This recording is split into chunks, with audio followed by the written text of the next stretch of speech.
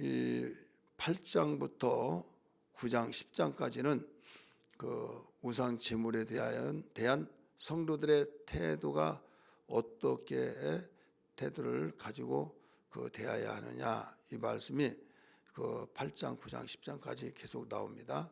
그래서 상황에 그 대해서도 모두 이 결론은 우상과의 비교하면서 이제 말씀을 하고 있는 거죠. 그런 가운데 8장은 본격적인 그 우상 제물에 대해서 이야기를 하고 있어요.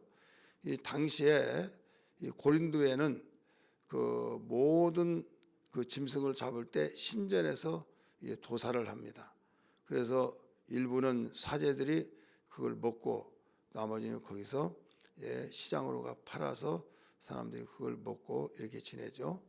그러면 전에는 몰랐는데 예수님을 믿고 하나님께 돌아와서 하나님 섬기다 보니 그 하나님이 가장 싫어하는 우상인데, 이 우상에 대해서 그 거기서 도살했기 때문에, 신전에서 도살했기 때문에 거기에 신전에 도살했다는 것은 그 신께 드려진 것이다, 그런 의미에서 우리나라 같은 경우는 여기저기 지역마다 도살장이 있잖아요.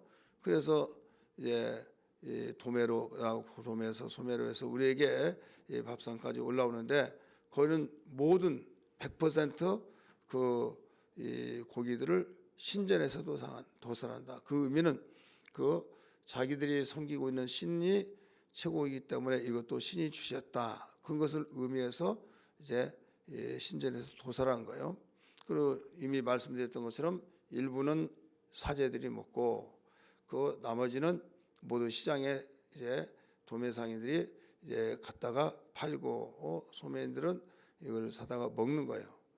이제 그것이 그 전통적으로 내려왔어요. 그러니까 예수님 믿기 전에는 뭐 그런가 보다 하고 이 고기는 또 신전에서 한 건 다 알기 때문에 신에게 드려진 것이기 때문에 굉장히 신성하고, 또 우리는 거기에 하나가 되어졌고 그 우리가 섬기는 신이 기뻐할 것이다, 이겁니다. 우리는 대부분 우상 제물 그러면 우리나라의 정서에 따라서 그냥 우상 우리나라 섬길 때 상에다 제물 차려놓잖아요. 그걸 먹는 것 그렇게만 생각하고 있어요.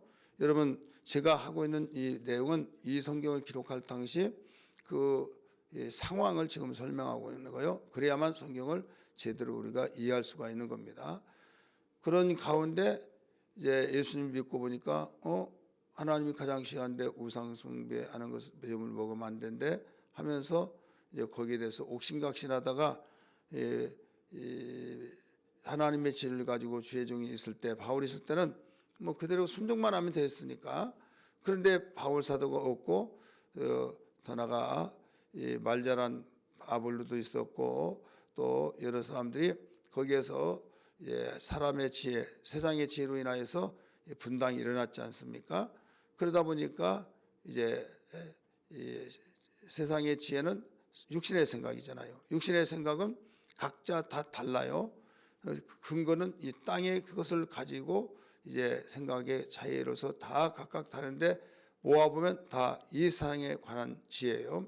그렇기 때문에 그 옥신각신하면서 이 우상 제물에서 먹어야 하느냐 안 먹어야 하느냐 막 이런 문제 때문에 교회 안에서도 수라장이 되어버린 거죠.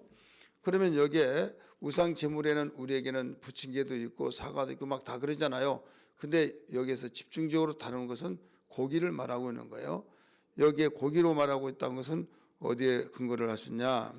보십시오. 13절의 말씀 보세요. 13절. 그러므로 결론적으로 말한 거예요. 만일 음식이 내 형제를 실족하게 한다면 나는 영원히 느닷없이 뭐가 나와요? 고기를 먹지 아니하여 내 형제를 실족하지 않게 하리라. 이 역사적인 배경을 알지 못하면 여기에 식물이라는 것은 먹는 거잖아요.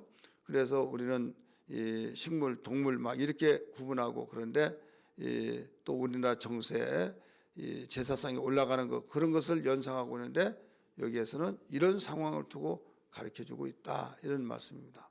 그렇다면 우상의 제물에 대해서 성도들은 어떤 자세를 취해야 하느냐 이겁니다. 이 성도들의 태도 첫 번째는 지식보다 사랑으로 행하라. 이게 이제 가장 중요하다는 거예요. 지식보다 사랑으로 행하라. 우리 1절에서 3절까지 이것을 이 성도들의 우상 제물에 대한 그 성도의 생활의 대원칙을 선포를 먼저 하고 이제 들어가는 겁니다. 그러면 1절에서 3절을 알아야겠죠. 우상의 제물에 대하여는 우리가 다 지식이 있는 줄을 아나니, 지식이 있는 걸 다 안다 이거죠. 상식적으로 알고 들어서 알고 예수 믿고도 알고 또 예수 믿기 전에 그 고기 먹는 그 지식 그런 것도 다 안다 이거죠. 알기 때문에 그 지식은 교만하게 하며 사랑은 덕을 세우나니. 그러니까 지식으로 잣대로 이렇게 하라고 그랬어 봐라 막 하면서 그걸 갖다 자로 재면은 맞기는 맞는데 거기에서 교만을 통해서 실족하게 된다. 한 예로 본다면 야 율법에는 억압되고 이거 먹지 말라 저거 먹지 말라 이거 먹어라 했는데 복음으로서는 주님이 주신 것이기 때문에 다 먹도 되는데 왜 먹지 말라고 하느냐. 그 말이 또 맞다 이거죠. 맞으니까 지식적으로 맞다 이거죠. 그 지식적으로 맞는데 정말 그래도 먹도 되느냐 또 이거죠. 그러니까 이제 믿음이 약한 사람은 그게 찝찝하다 이거죠. 이게 신에게 우상에게 섬겼던 것을 거기서 다 받고 또 일단 거기에서 이제 제물로 드려지면서 갖다 팔고 그러니까 결국 우리가 가증한 우상 제물을 먹는 거 아니냐 해서 마음속에 굉장히 꺼리낌이 된다 이거죠. 그럴 때 이 우상 제물 자체는 하나님이 다 주시는데 그걸 먹고 먹지 않고 그게 중요한 것이 아니다. 바로 이 믿음이 약하여져서 실족하게 된다. 그래서 지식의 잣대로 되면 이건 덕을 세우지 못함으로써 결국은 그 영혼까지 약한 그 영적 미숙한 어린아이 같은 그런 신앙들은 무너지게 된다. 그렇기 때문에 사랑으로 지식을 사용해야 된다 이거예요. 우리 1절 말씀이 그렇습니다.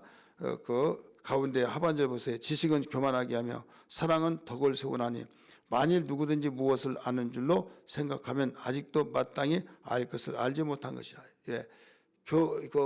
지식 가지고 분명히 성경에 이렇게 나왔지 않느냐 막 주장하면서 일체 양보도 없이 막 이렇게 하면서 사랑이 없이 그렇게 나간다면 결국 아는 것 같지만은 알지 못한 것이다 이거죠.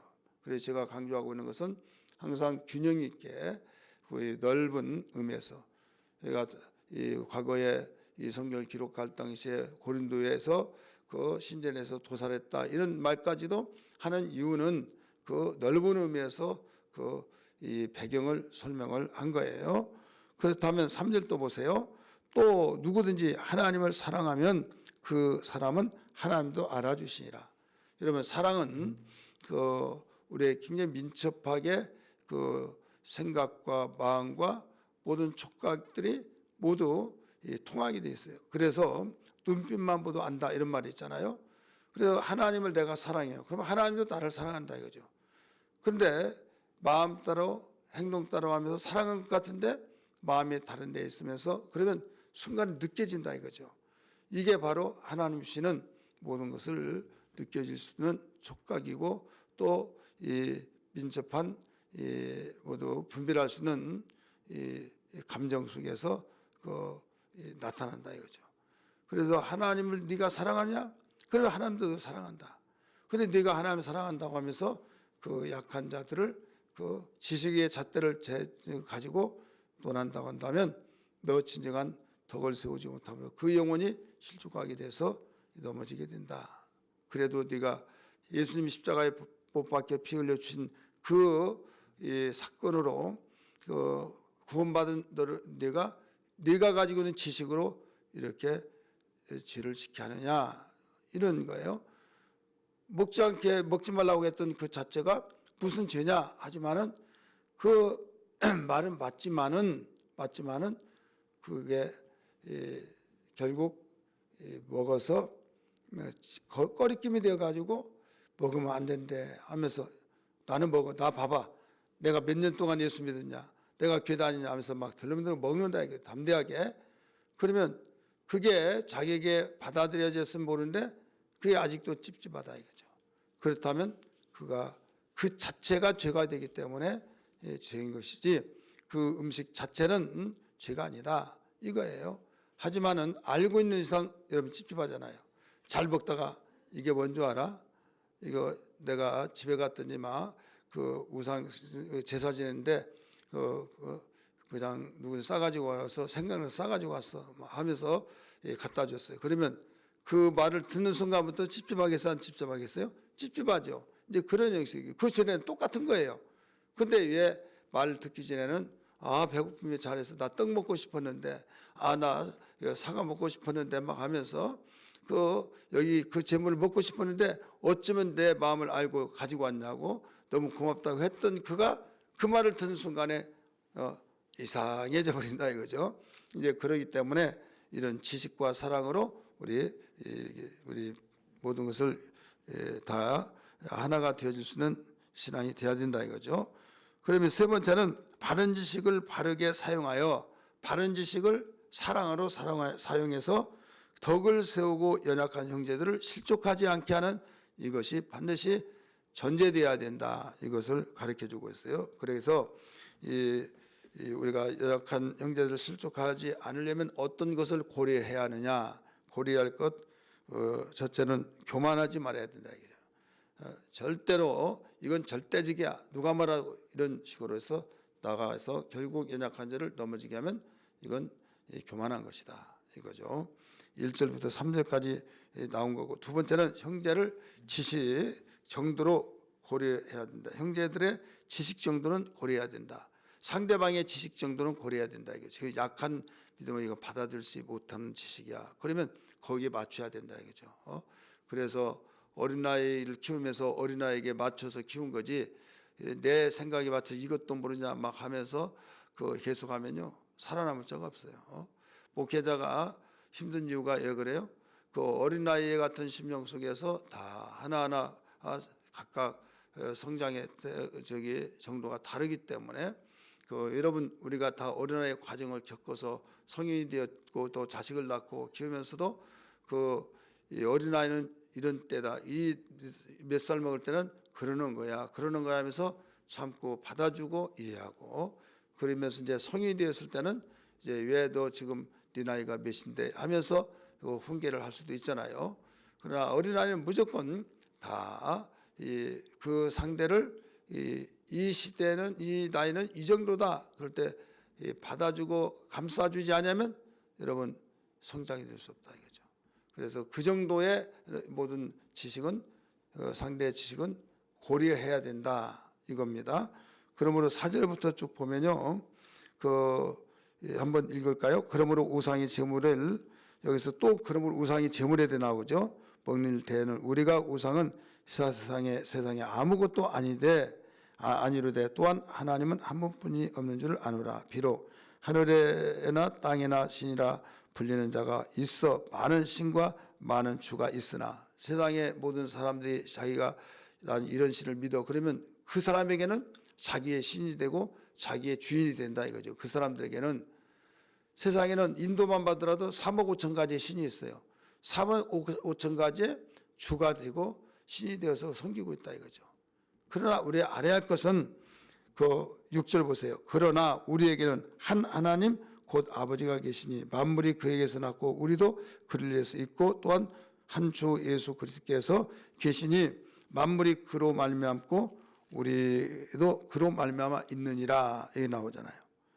그러나 이 지식은 모든 사람에게 있는 것이 아니므로 어떤 이들은 지금까지 우상에 대한 습관이 있어 우리의 재물을 알고 우상의 재물을 알고 먹는 거로 그들의 양심이 약해지고 더러워졌느니라 하면서 8절 같이 읽습니다. 시작. 음식은 우리를 하나님 앞에 내세우지 못하나니 우리가 먹지 않는다고 해서 더 못 사는 것도 아니고 먹는다고 해서 더 잘 사는 것도 아니니라. 그런즉 너희의 자유가 믿음이 약한 자들에게 걸려 넘어지게 하는 것이 되지 않도록 조심하라 이렇게 나오잖아요. 10절 지식이 있는 내가 우상의 집에 앉아 먹는 것을 누구든지 보면 그 믿음이 약한 자들의 양심이 담력 걸려도 우상의 제물을 먹게 되지 않겠느냐. 담력을 넣는다. 여러분, 죄의 담력을 가지면 안 됩니다. 죄의 담력은 그거 가지면 사망이에요. 근데 하나님 말씀을 가지고는 담대함을 가져야만 됩니다. 죄를 보면 담대한 것이 아니라 두렵고 떨리고 이런 자세를 가져야 하는데, 그 약한 사람들이 거기에서 먹도 괜찮구나 막 하면서 먹고, 그러면 하나님의 대원칙은 우상이 지금 먹지 말라고 했다 이거죠. 먹지 말라. 그거 알고 난 순간부터는 먹으면 안 된다 이거죠. 근데 괜찮아. 그러면 이 먹는 자체가 뭐냐면 하나님을 사랑하고 하나님을 경외한 자가 이 모든 것을 먹는 자리에서 이 경건한 우리의 삶이 되어야 하는데, 그것을 합리화시켜서 먹어서는 안 된다 이거예요. 시장에서 파는 것을 묻지 않고 알지 못하고 사다가 먹는 건 괜찮다 이거죠. 나중에 우리가 보면 알겠지만은요. 그러므로 우리는 무엇이든지 바울이 정말 음식을 통해서 실족하게 된다면 나는 고기를 죽을 때까지도 먹지 않겠다 이런 말씀을 했던 이유가 그런 거예요. 오늘 우리가 알아야 할 것은 적용시켜서 본다면, 한 예로 극장에 가서 그 영화를 본다. 그러면 가서 보는 것이 죄입니까? 아니잖아요. 근데 세상에 때가 묻지 않고 오직 거기 극장 가면 나쁜 사람, 좀 그렇고 그런 사람들이 간다. 그렇게 생각을 하고 있는 사람이 있어요. 그러면 극장에 가서 볼 때 아무개 씨가 여기 왔냐고 막 하면서 충격을 받아요. 그렇다고 한다면 극장 가는 것이 죄가 아닌데, 그로 말미암아 천국 받을 때 근데 여기에서 거기서 만난 것은 별 수가 없지만은 거기에 막 어떤 무슨 일로 해서 그를 데리고 갔다든지 가자. 어디 가냐고 했더니 아니 내가 정말 데리고 가고 싶을 때가 있다고. 그래서 거기를 데리고 갔는데 이제 거기에 가려고 안 가려고 몸짓하면서 할 수 없이 가면서, 이게 나는 여기는 한 번도 안 가봤다고 하면서 계속적으로 사행하는데 왜 그러냐고 하고 아이고 촌티기다 하고 막 하면서 왜 그러냐고 세상을 이것도 몰라냐고 막 끌고 막 갔다 이거죠. 그럴 때 그때부터 시험 들어버렸다 이거죠. 그러면 간 자체가 죄가 아니라 그 사람의 사정과 그 사람의 그 직장에 대한 지식이 그 정도의 수준이다 이거죠. 그럴 때는 그 사람을 봐서라도 가지 않아야 된다 이거죠. 가려면 자기 혼자 가야지 막 안 가려고 한 거를 끌고 가고 위안답시고 이런 것들이 바로 문제가 된 것이다 이거죠. 오늘 우리는 한 예를 적용시켜서 본다면 그걸 들었다 이거죠. 오늘 이 말씀을 듣고 오늘 기도하면서, 하나님, 우리는 성숙한 사람으로서 주님이 우리를 위해서 죽으신 것처럼 나도 연약한 믿음을 위해서 쓰여지는 도구가 되게 하여 주옵소서. 나만 위한 신앙생활이 되지 않게 하여 주옵소서. 이런 기도가 되기를 주의 이름으로 축원합니다. 같이 기도하겠습니다.